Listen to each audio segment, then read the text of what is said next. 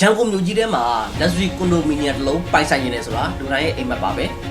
ဒါပေမဲ့တကယ်အဖြစ်ပြက်ကငွေတစ်လုံးတည်းမပေးခြင်းလို့စဉ်းစားနေကြတာပါကျွန်တော်မိတ်ဆွေတွေထဲမှာ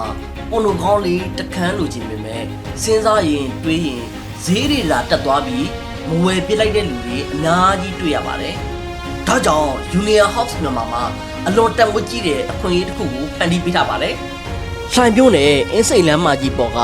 15နှစ်အထိဘန်ချိတ်ရေးကြစနစ်နဲ့ဝယ်လို့ရမယ် The Century Condominium လမ်းမတော်မျိုးနဲ့မင်းရဲကျော်စွာလမ်းမကြီးပေါ်က15နှစ်အထိရေးကြဝယ်လို့ရမယ် Brilliant Mansion Condominium ရန်ကင်းမျိုးနဲ့ရန်ကင်းလမ်းမကြီးပေါ်ကလာပေါင်း30အထိ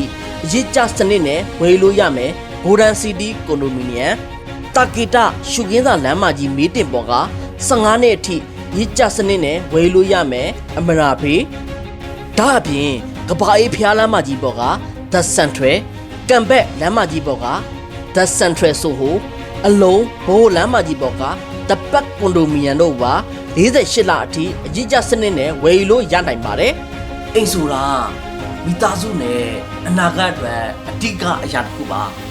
မိတ်ဆွေရဲ့မိသားစုနဲ့တာသမီအတွက်တည်ငြိမ်တဲ့နေရာတစ်ခုကိုအခုလိုနှစ်ရှည်အရေးကြနဲ့ဝယ်ယူနိုင်နေဆိုတော့မိတ်ဆွေအတွက်တကယ့်ကို turning point တစ်ခုပါပဲဒါကြောင့်ဒီအခွင့်အရေးကိုလက်မလွတ်ချင်ရင်ကျွန်တော်တို့ Union House မှာ Page Messenger သုံးဖို့0950302656 0978930766ကို